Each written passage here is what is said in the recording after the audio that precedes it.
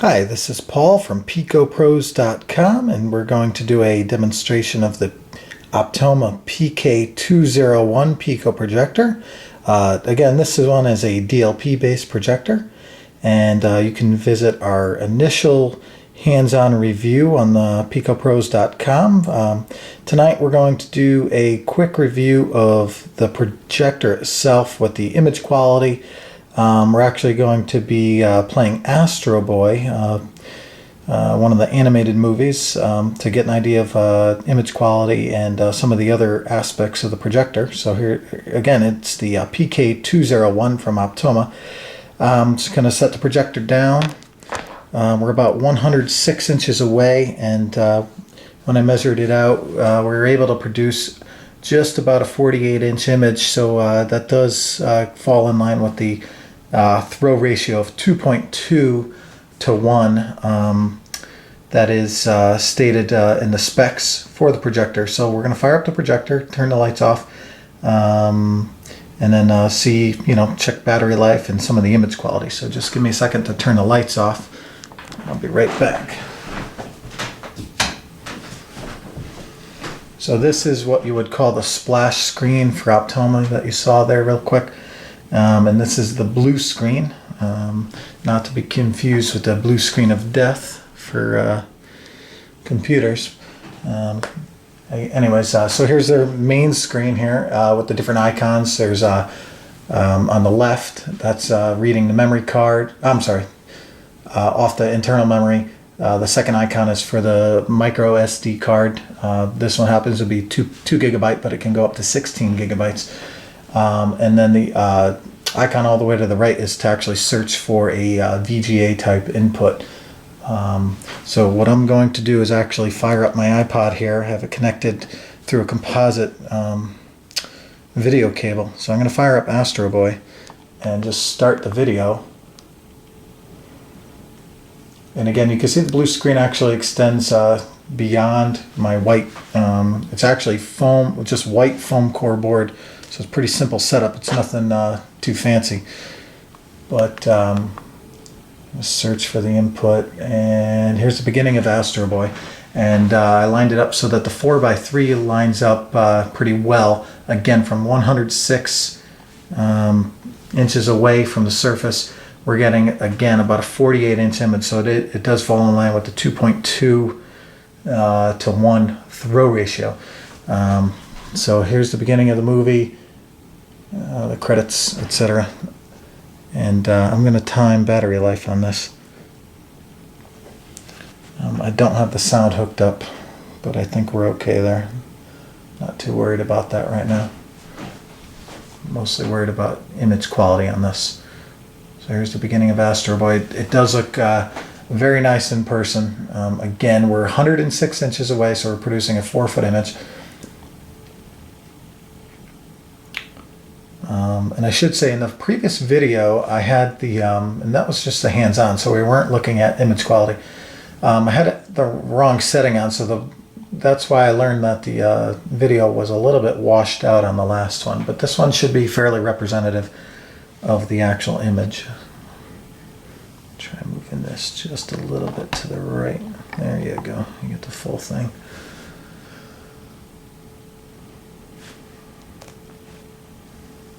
And I'm not going to tape the entire expected 1 hour run time, but I'll time it for you and let you know what it is, either on the video or on the write-up. So we'll let this go for a minute or two, and then what I'll do is actually try moving the projector into, make a smaller image and see how the focus of the image looks. Right now it looks pretty sharp. A little bit of ambient light coming in from a adjacent room that you can't really see in the video, but for all intents and purposes, it looks really good for a Pico projector. The colors look nice, and again, I'm looking at the video right now, and at least on my LCD on the video, in person, the colors look a little bit better. We'll see how that translates to the actual video. But the colors look nice, and the focus, I haven't moved it yet, so the focus is what it is. It looks pretty sharp. The specs on this one is WVGA resolution. So I believe for Optoma they're talking 850 by 480 or in that range. It just falls right within the standard range for WVGA. This is a 20 lumen projector, battery operated, as we talked about in our first video. It has several inputs, AV input, HDMI input. Does have the SD micro card. It goes up to 16 gigabyte max on the micro SD card. So it has an array of features, and it looks pretty good, I have to say. I'm pretty impressed. The expected runtime on this is about 1 hour, or up to 1 hour, according to the manufacturer, which again, we found a little bit surprising. We figured for a Pico projector, you'd probably want something on the order of 2 hours just to be able to play a standard full-length movie. But you know, it is what it is, and you can always carry around a second battery. But this one doesn't, you know, like the PK-201, you could actually run off the wall, and it actually runs 50 lumens. It's a bigger projector, and we'll get into that in another review, but that one you can run off the wall at 50 lumens. This one, again, 20 lumens off the battery. Looks really good. The only concern, I guess, would be the 1 hour battery life max. So we've had enough of this for now. What I'll do is I'll actually move in the projector and see, you know, it's very subjective, but I'm going to look at when it actually starts to lose focus, and I'll give you an idea. Excuse my arm there. I'll give you an idea of how, for what distance it gets a perceptible focus loss, if you will.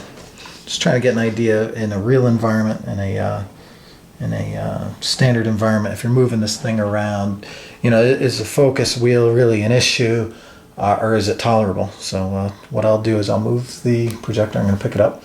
So there it is. Moving it in, and so far hard to tell. What's that? Still looks pretty good. I moved in a foot, and it still looks pretty good actually from 48 inches. A couple feet. Yeah, it still looks pretty good actually. It actually looks like it's getting sharper. And that could be for the fact that we're talking WVGA resolution, and the further back you go, you know, you get a little bit of graininess, and you can't, you know, as good as you focus it, you're still not great on, you know, WVGA resolution from 106 inches away. So what I'll do is I'll focus it at, well, let's see, about 80 inches away. Not even. I'll make sure we're good on focus. I'll pull it back and see if that makes a difference. Let me see here. So that's a nice sharp image. I'll pull it back to the 106 because I actually initially focused that at 106. Yeah, the image still looks pretty good actually. I'm not going to complain. It is out of focus. Not sure you can pick it up in the video, but when I focused it at roughly, actually, I'm sorry, it was 70 inches away, because I went up 36 inches from 106. So about 70 inches away, I focused it, brought it back to the 106, and there is a little bit of fuzziness on the picture.